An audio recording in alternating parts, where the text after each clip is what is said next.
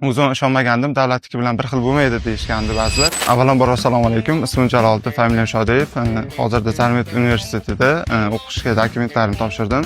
Men Erkinova Bono Zarmet institutiga oliy hamshiralik ishi yo'nalishiga topshirdim. Men Nurobod tumanidan keldim. Singlimni birga olib keldim. Moliya va moliyaviy texnologiyalar bo'limiga topshirdik. Mening ismim Abdurakim Ruxshana, Nurobod tumanidan keldim. Zarmet institutiga topshirdim. Moliya va moliyaviy texnologiyalar. Zarmet sharoitlari bilan tanishdim. Juda ham zo'r, hammasi qulay, komfort. Bu yerning sharoiti va stipendiya va grantlar ajratilgan ekan. Shu tomonlar menga juda ham yoqdi. Sharoitlari juda ham zo'r. O'zim ishonmagandim, davlatniki bilan bir xil bo'lmaydi deyishgandi ba'zilar.